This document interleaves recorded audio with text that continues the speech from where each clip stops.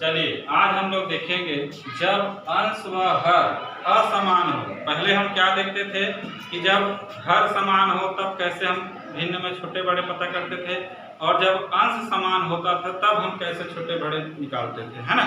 लेकिन ऐसे भी स्थिति आती है जब अंश और हर दोनों बराबर ना हो, उस स्थिति में हम कैसे पता करेंगे कि कौन सा भिन्न छोटा है और कौन सा भिन्न बड़ा है। जैसे आज हम लोग वही देखेंगे यहाँ पर।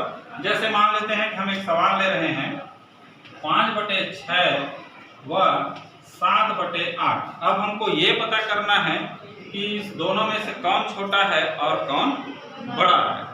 तो इसके लिए एक विधि है, हमारे पुस्तक में भी दिया है।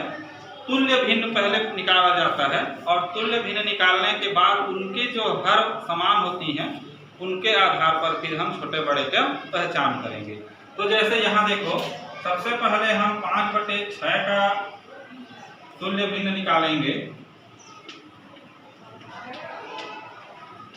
तुल्य भिन्न तो हम सीधा सीधा गुणा ना करके सीधा हम पहाड़ा से ही बना लेते हैं। जैसे 5 एकम 5 तो 5 दूनी 10 और 6 दूनी 12, 5 तिया 15 और 6 दूनी 12, 6 तिया 18, 5 चौक 20 और 6 चौक 24, 5 पंचे 25 और 6 पंचे 30, 5 सत्ते 35 और 6 पंचे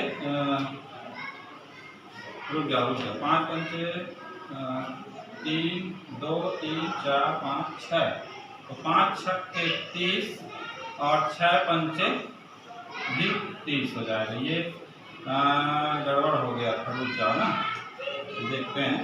6 दूनी 12, 6 तिया 18, 6 चौक 24, 6 पंचे 30, 6 छक्के 36 और 5 दूनी 10, 5 तिया 15, 5 चौक 20, 5 पंचे 25, 5 छक्के 30, 5 सत्ते 35 और 6 सत्ते 42।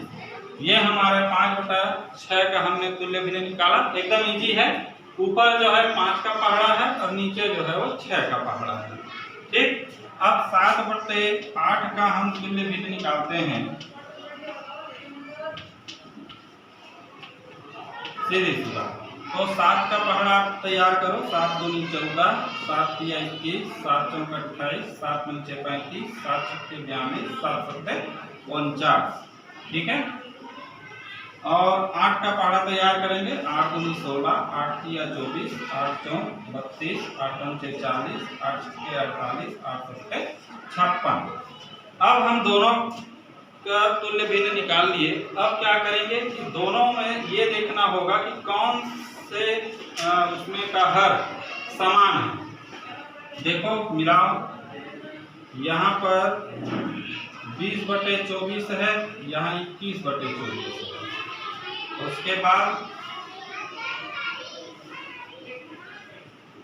उसके बाद नहीं है मेरे ख्याल से। अब यहाँ 35 है तो 40 हो गया, बस इतना ही है। ठीक है, तो यहाँ देखो 5/6 व 7/8 का समान हर वाली भिन्न, समान हर वाली भिन्न कौन सी बनी हमारे पास? 20/24, 20/24 और 21/24। जिसका हर समान होता है उस स्थिति में क्या करते हैं, अंश में जो बड़ा होता है वही बड़ा भिन्न होता है। तो यहाँ देखो, यहाँ 20/24 है और यहाँ 21/24 है, तो हर समान है। उस स्थिति में कौन अंश में कौन सा बड़ा हुआ? 21 बड़ा हुआ का मतलब ये हुआ, ये हमारा 7/8 बड़ा हुआ। तो 7/8 बड़ा है 5/6 से, और यही हमारा आंसर होगा। ठीक है।